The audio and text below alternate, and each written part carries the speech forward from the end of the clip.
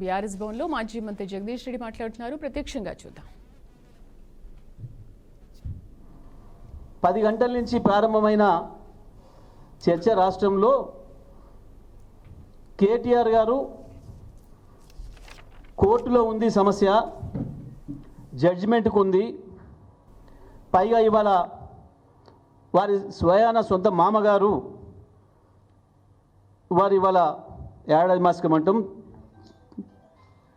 తద్దినమంటాం, సంవత్సరికమంటాం, ఆ పూజ ఇంట్లో ఉన్నప్పటికి కూడా ఆ సాకుతోనో కోర్టు సాకుతోనో పోకుండా ఉండే అవకాశం ఉన్నా, నేను ఇంకోనాడు వస్తా అని చెప్పే అవకాశం ఉన్నా, ఒక బాధ్యత గల నాయకుడిగా, చట్టం పట్ల రాజ్యాంగం పట్ల గౌరవం ఉన్న పౌరుడిగా స్వయంగా హాజరైనరు. కేవలం న్యాయవాదులు ఉన్నాడు, పక్కన న్యాయవాది ఉంటే మేము రానియమని చెప్పి 45 నిమిషాలు పైగా రోడ్డు మీద నిలబెట్టి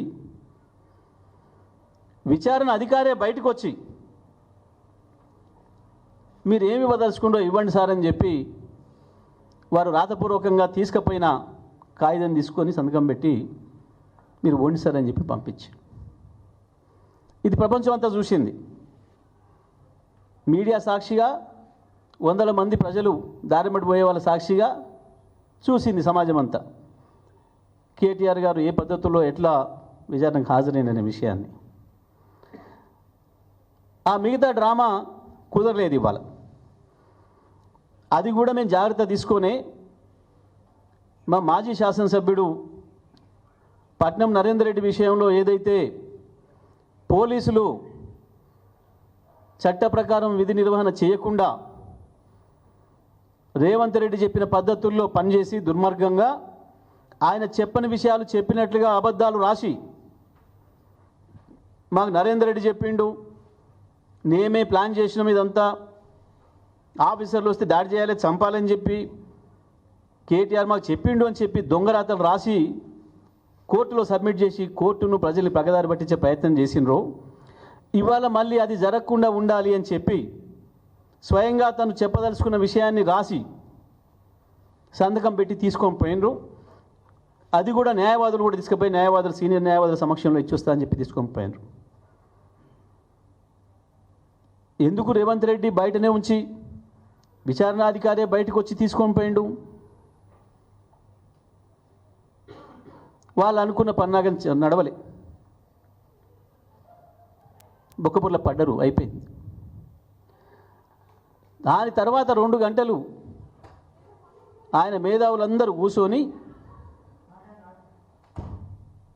ఆయనకు సలహాలు ఇచ్చే మేధావులంతా కూర్చొని ఏం చేయాలి, బొక్కపుర్ల పడుతుంది, మరి మనం ప్రజల్లోనే చర్చ వేరే రకంగా పోతుంది, దీన్ని ఏదో పద్ధతిలో డైవర్ట్ చేయాలి కదా అని చెప్పి ముందే అనుకున్న స్కీమ్ కేటీఆర్ గారి ఇంటి మీద రైడ్ చేసి ఏదో కాగితాలు దొరికినాయని చెప్పాలనుకునేవి ఏవైతున్నాయో వాటిని మీడియా మిత్రులకు పంపించి, ఎలక్ట్రానిక్ మీడియా మిత్రులకు పంపించి వాళ్ళ కాలు పట్టుకొని అదొక్కటే వేస్తున్నారు, జర ఇది కూడా వేయండి అని చెప్పి వేసిన ఒక పనికి మాలిన పాత చింతకాయ పచ్చడి వార్త. ఏంటిది? ఏదో గ్రీన్ కో నుంచి ఎలక్ట్రల్ బాండ్స్ వచ్చినాయి, మాకు ఇప్పుడే దొరికింది. పాపం ఒక టీవీలో సంచలన వార్త. అందులో మరి వారికి ఏం సంచలనం కనపడదో మాకేం కనపడలే, ప్రజలకి ఏం కనపడలే. ఎలక్ట్రల్ బాండ్స్ అనేవి బహిరంగమైనవి, కోర్టు ఉత్తర్వులు ఇచ్చింది, సుప్రీంకోర్టు కూడా సబ్మిట్ చేసినాయి, బ్యాంకులు బహిరంగంగా అందరికి తెలిసిన విషయం. ఆ గ్రీన్ కో కంపెనీ మాకే ఇయ్యలే, బీజేపీకి ఇచ్చింది, కాంగ్రెస్కి ఇచ్చింది, మాకు ఇచ్చింది, ఇంకో పార్టీకి ఇచ్చింది, ఇంకో పార్టీకి ఇచ్చింది. ఈ దేశంలో ఉన్న 7-10 పార్టీలకు ఇచ్చినాయి అందరికీ. కాంగ్రెస్ కూడా 25-27 కోట్లు ఇచ్చింది, బీజేపీ కూడా 40-50 కోట్లు ఇచ్చినట్టుంది. ఇస్తే ఏముంది దానికి? అసలు అది కేంద్ర ప్రభుత్వం అనుమతి ఇచ్చిన విషయం. అది ప్రతి పార్టీ కూడా ఎలక్ట్రల్ బాండ్స్ తీసుకోవచ్చు, అమ్మొచ్చు అని చెప్పి అవతల వాళ్ళు చట్టమే చేసి ఇచ్చిండ్రు. దాని ప్రకారం అందరికీ ఇచ్చిండ్రు, మీకు కూడా ఇచ్చిండ్రు. పైగా ఇందులో మీడియా మిత్రులు కావచ్చు, ప్రజలు కావచ్చు గమనించాల్సిన విషయం. మనం రాష్ట్ర ప్రభుత్వంగా కేటీఆర్ గారి శాఖ నుంచి ఇచ్చిందేమో ఫార్ములా ఈకి. ఇందులో గ్రీన్ కోడ్కి ఎక్కడం పైసలు పోలే, మనకి ఏం లాభం జరగలే. నిజమే, వీళ్ళు ఏందో కనిపెట్టినట్టు రేవంత్ రెడ్డి సిబిఐ కంటే మించి, ఎఫ్బిఐ కంటే, రా కంటే, కేజీబీ కంటే, మొస్సాద్ కంటే మించి ఏదో ఏడాది కాలం వెతికి పట్టుకుంటే ఇవాళ రాత్రి పొద్దున దొరికిందని చెప్పబడిన ఆ గ్రీన్కో ఎలక్ట్రల్ బాండ్స్ విషయం, దానికి ఏం సంబంధం? ఏం లేదు. దీంట్లో సాపుగా ఉన్నది ఉన్నట్టుగా చెప్తా ఉన్నా. పొదువుగా మళ్ళీ టీవీలలో చర్చలు అవుతాయి. ఇవాళ కేటీఆర్ గారు ఏదైతే వాళ్ళు ఊహించిన పద్ధతుల్లో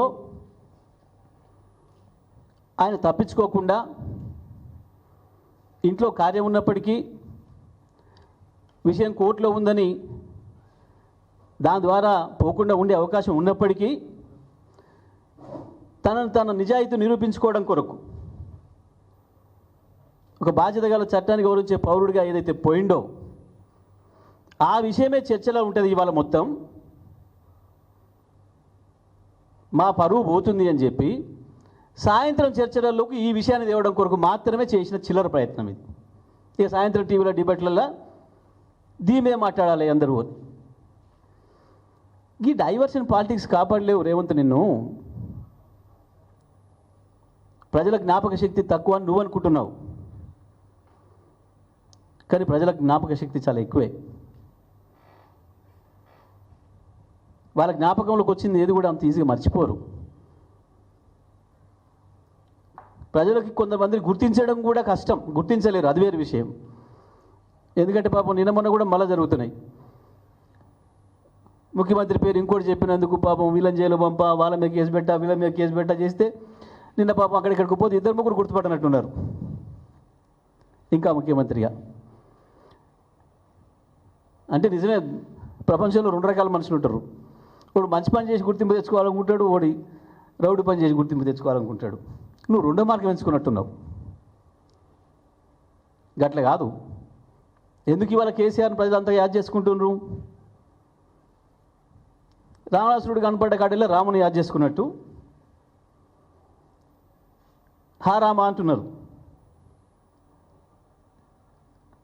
నీవు ఇటువంటి డైవర్షన్ పాలిటిక్స్ చేసి అదేందో కొత్తది ఇవాళ నువ్వు కనిపెట్టినట్టు పెద్ద పాపం మీడియా వాళ్ళ కాళ్ళు మొక్కి నువ్వు ఒక పూట వేయించుకున్నా నీ స్కూల్స్. నువ్వు మీడియా మిత్రులు కూడా ఆలోచించుకోవాలి. ఏసీబీ పేరు మీద చాలామంది పెడుతున్నారు స్కూల్స్. ఏ ఏసీబీ చెప్పింది? పెట్టుంది ఆ పేరు. CMO office leak, CM office నుంచే లీక్ అని పెట్టుండి. సీఎం ఆఫీస్ నుంచి వచ్చిందని పెట్టండి. ఏసీబీ అనేది పెడుతున్నారు. చెప్తే ఏసీబీ అధికారి కూడా మన పేరు చెప్పరు, రాయండి. ఇప్పుడు కింద మేము మాట్లాడినప్పుడు మాట్లాడే వాక్యం రాసి కింద కేటీఆర్ లేదా హరీష్ లేదా జగదీష్, నిరంజన్ పెడుతున్నారు కదా. అట్లనే ముఖ్యమంత్రిని పెట్టుండ్రి. దానికి ముఖ్యమంత్రి ఆఫీస్ లీక్ ఇచ్చింది, ముఖ్యమంత్రిని పెట్టుండ్రి. నేను మిమ్మల్ని వేరే అంటలేదు. మీకు సమాచారం ఎక్కడి నుంచి వచ్చిందో అక్కడి నుంచి పెట్టండి, తప్పేం లేదు. ప్రజలు కన్ఫ్యూజ్ చేసే దాంట్లో మీరు కూడా భాగస్వాములు కాకుండా దయచేసి. ఎవరు మాట్లాడిందనే పెట్టాలి, మీరు వాస్తవానికి ఉన్నట్టుగా చెప్పాలి, తప్పేం లేదు. మీకు ఆ లీక్ సీఎం ఆఫీస్ నుంచి వచ్చింది కాబట్టి పెట్టండి. సీఎం ఆఫీసులో ఎవరు చెప్పినది ఏం చెప్పకుండా ఏం లేదనుకోండి, మీకు వాటిని పేర్లు బయట పెట్టకూడదు అనేది మీకు ఉంది, అందులో సందేహమే లేదు. మీకు ఆ స్వేచ్ఛ ఉంది, మీకు ఆ హక్కు ఉంది. కానీ ఇవాళ ఏది చెప్తే అదే మక్కి చేస్తామని పెట్టుకుంటే కష్టమవుతుంది. మీరు కూడా దేని కొరకు ఇవాళ అప్పటికప్పుడే ఏసీబీ కూర్చుందట, మళ్ళీ ఏందో తయారు చేస్తుందట. ఎవరు అధికారి బయటకు వచ్చి చెప్పితే మేము లోపల కూర్చొని పని చేస్తున్నాం అని చెప్పితే అది ఉన్నది ఉంటే ఏంటి. కానీ సీఎం ఆఫీస్ ఇచ్చే ప్రతి చెత్తను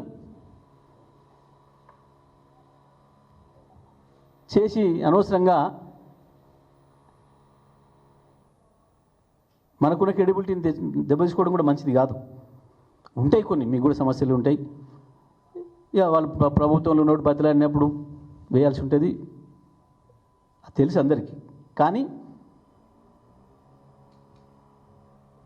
అది ఒక పెద్ద వార్త అనుకున్నప్పుడు, దానికి మీరు అంత ప్రయారిటీ ఇస్తున్నప్పుడు ఎవరు చెప్పినా కూడా ఉండాలి బాధ్యత దాంట్లో.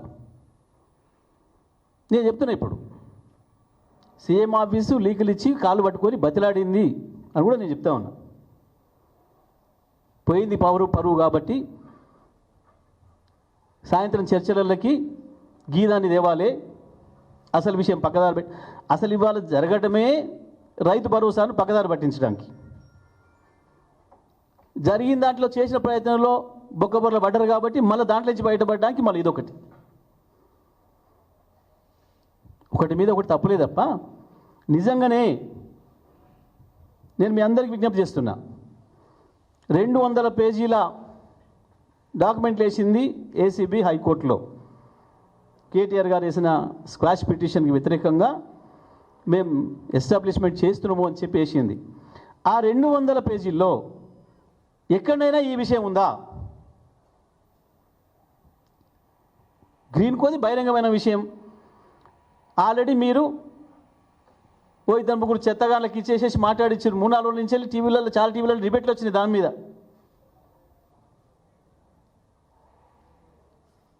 3-4 రోజులుగా ఒక టీవీలో దాని మీద డిబేటే పెట్టిండ్రు ఒక బాల మేధావితోని. 3 రోజుల కిందనే ఆయన ఒక టీవీలో వీళ్ళు ఇచ్చిన బ్రీఫింగ్ని పట్టుకొని గంట సేపు నానా తంటాలు పడి చెప్పింది, దీన్ని మాట్లాడండి. గదే వార్త ఇవాళ మొత్తం ఛానళ్ళలో, మెయిన్ ఛానల్లో మొదలై ఊదర కొడుతున్నారు 12 తర్వాత నుంచి.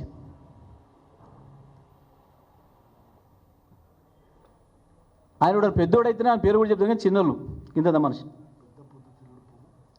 పొద్దు తిరిగి పువ్వ. సరే చిన్నోళ్ళు కలిసి ఉంది, కానీ వెనకాల రాయించింది చేయించింది వీళ్ళు కదా. ఎప్పుడో అంతకుముందు పేపర్లలోనే వచ్చింది, ఎప్పుడో మార్చిలో వచ్చింది ఈ విషయం, మార్చిలోనే వచ్చింది. పలానా కంపెనీ పలానా వాళ్ళకి ఇన్ని పైసలు ఇచ్చింది, పలానా పార్టీకి పలానా కంపెనీలు ఇచ్చి నిన్ను వచ్చినాయి. కొత్తదేం లేదు దీంట్లో. అయినా అది కూడా ఆ కంపెనీ ఏదైతే బాండ్స్ తీసుకుందో అవి ఎప్పుడో 2022 ఈ కార్ రేస్ కాక ముందు ఇచ్చినాయి కొన్ని. కార్ రేస్ స్టార్ట్ కాకముందు కొన్ని అయినాక. ఇంకొకటి, కంపెనీ నష్టం వస్తుంది అని వెనుక పోయిందని చెప్పినావు. నష్టం వచ్చేటోడు లంచం ఎందుకు ఇస్తాడు నీకు? తెలియదు ఆర్గ్యుమెంట్కి ఏమన్నా? ఈ ఫార్ములా వాడికి ఇచ్చినాం మేము, గ్రీన్ కోకి సంబంధం లేదు. ఇచ్చింది ఏదో ఆక్సిజన్ ఏదో కంపెనీ, వాడు నాకు చేత కావట్లేదు వెనక్కి తగ్గిండు. నీ వల్ల లాభం ఉంటాయి కదా. కేటీఆర్ సంతకంతో పైసలు గ్రీన్ కోకి పోయి వాడు వాపస్ ఇస్తే దాన్ని మాట్లాడవచ్చు. అట్లా ఇలా అసలు మోకాలికి బోడిగింటికి ఏదో లింక్ పెట్టమంటారు కదా, ఇది అంతకంటే చెత్త ముచ్చట.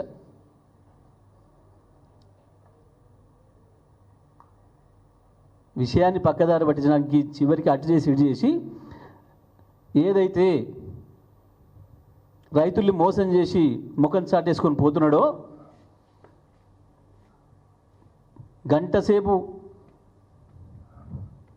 ఉపన్యాసాలు దుబ్బే ముఖ్యమంత్రి 2 ముక్కలలో చెప్పి ముఖం చాటేసుకొని పోయిండో, దాని మీద చర్చ జరుగుతుంది. దాని మీద రైతాంగం తిరుగుబాటు చేస్తూ ఉన్నారు సిద్ధమైన ఒకవైపు.